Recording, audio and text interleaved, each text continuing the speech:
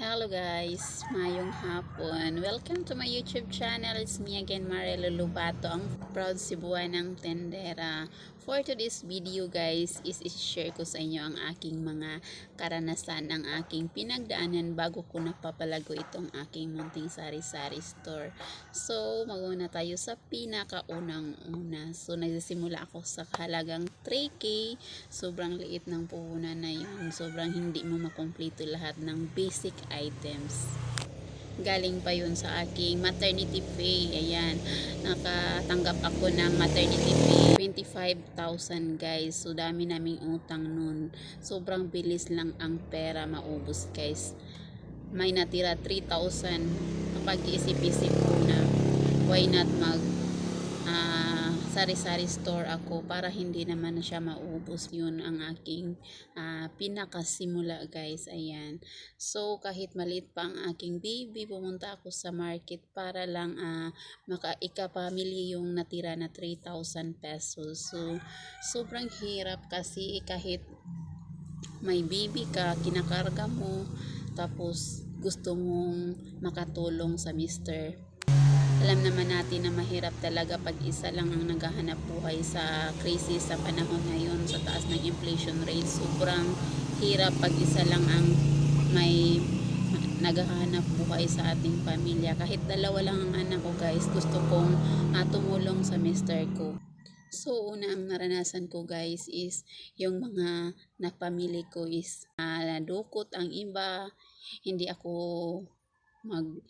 magsasakay kahit mabigat ang dinadala ko, kusa kong nilalakad kasi syempre may na lang ba nga mapuno bitaw nato og pangumpra, madagdagan ang atong napamili para mapunan ang atong baligya.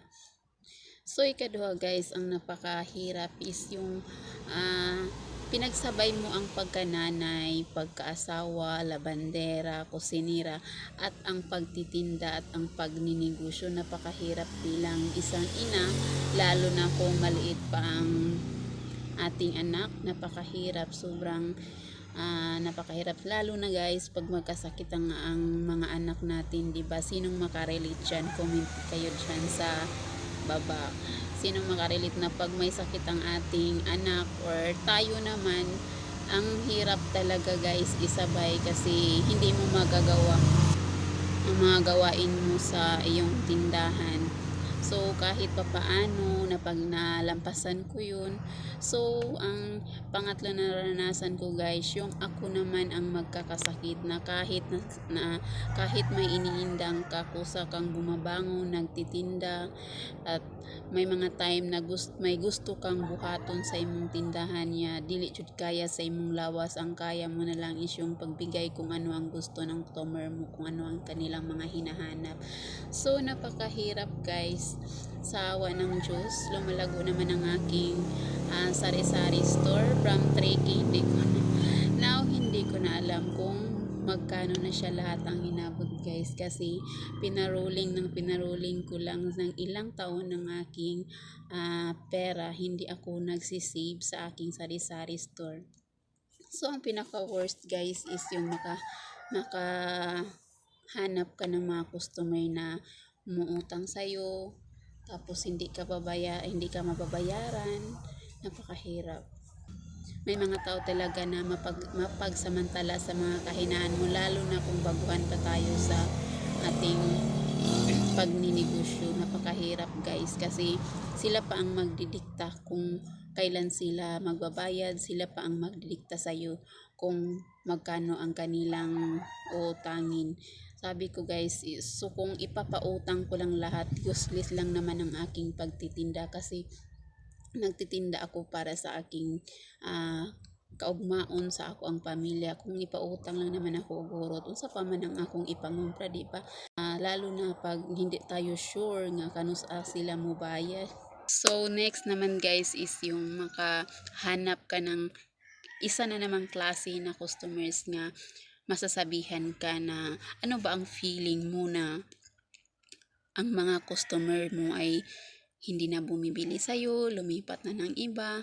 So napakasakit guys na tanungin ka ng ganong mga bagay kasi syempre bilang sari-sari store owner kailangan mong magpakumbaba kasi wala naman tayong magagawa kung saan sila bumibili, pero hindi naman lang siguro ipamukha sa'yo. Tapos bumibili sila sa ibang tindahan, dadalhin dito sa harapan mo na ganun lang ang presyo dun, kanang sobrang mura, bakit sa akin ay medyo may kamahalan, mga ganun. So i-question nila guys, pero pilit kong iniintindi. San pa guys, sinasabihan pa ako na hindi na ako bibili sa iyo kasi ang mahal mo magtindahan. Ako kukunin ko lahat ng suki mo.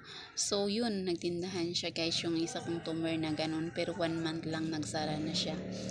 Hindi niya kinaya guys kasi pinautang niya lahat ng iyang mga pagsisimula pa lang niya, may umutang na 500, 700. So isang month lang siya guys, nag-close na siya. Sobrang hirap guys na maka-encounter ka ng tumer na ganun ng ugali guys. Tapos pag hindi na siya nagtindahan, bumabalik siya dito sa aking tindahan. Sinasabi niya, ang hirap pala magtinda no, pinana siya.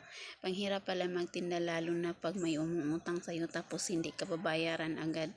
So nakarelate siya sa aking pinagdaanan guys. Ang last guys is yung aking napagdaanan na may isang tindahan na nagbubukas guys. Sobrang mura ang kanyang mga paninda.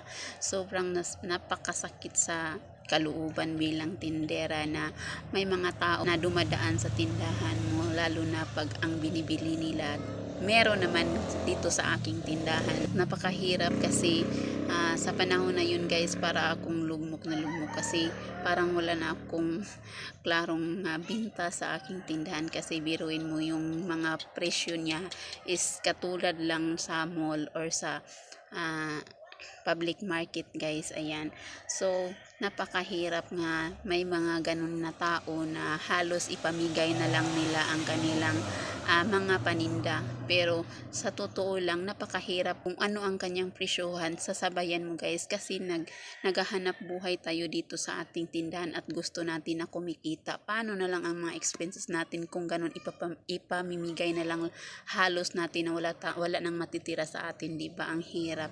So, that's why guys na napunta ako dito sa YouTube kasi nagre-research ako kung ano ba ang aking gagawin bilang sari-sari store owner.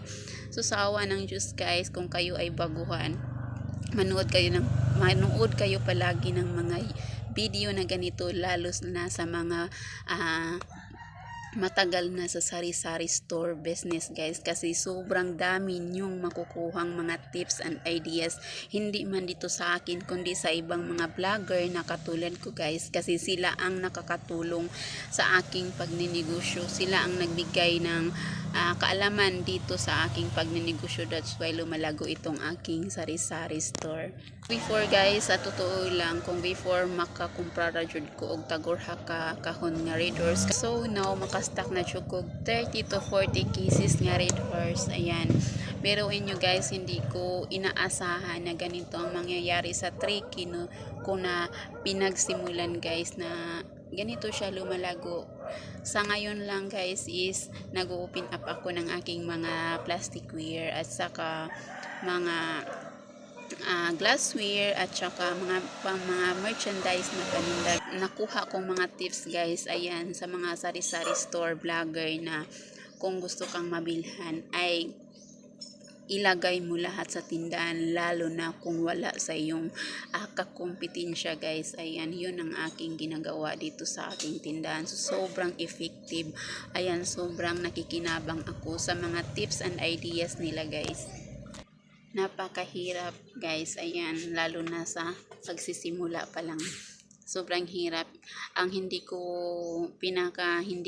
makakalimutan yung sa time na mamimili ako is yung halos wala akong mahawak sa motor guys, kasi habal-habal ang aming motor, ang aming sinasakyan kasi sa looban kami guys, hindi kami malapit sa market. 100 pesos hindi kasya sa pamasahe guys. So lahat ng kamay, lahat ng balikat, ang mga paa na lang ang kumakapit sa motor guys, kasi ang lahat ng mga kamay at balikat is nakahawid ng mga paninda. Pero very thankful ako ngayon guys kasi nakahanap ako ng mga So flyer, nakahanap ako ng kasuwang sa aking pagninegosyo sa aking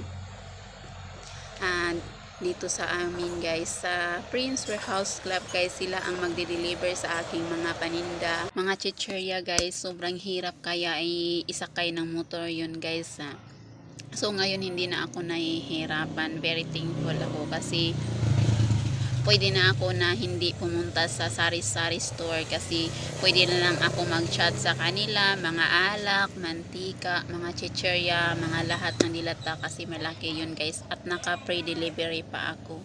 So that's all guys, my video for today. At before I end this video, lagi nating tandaan, diskarte ang kailangan para umasinso ang buhay at hindi imposible ang lahat sa taong may pangarap. Thank you, God bless you all. Bye bye.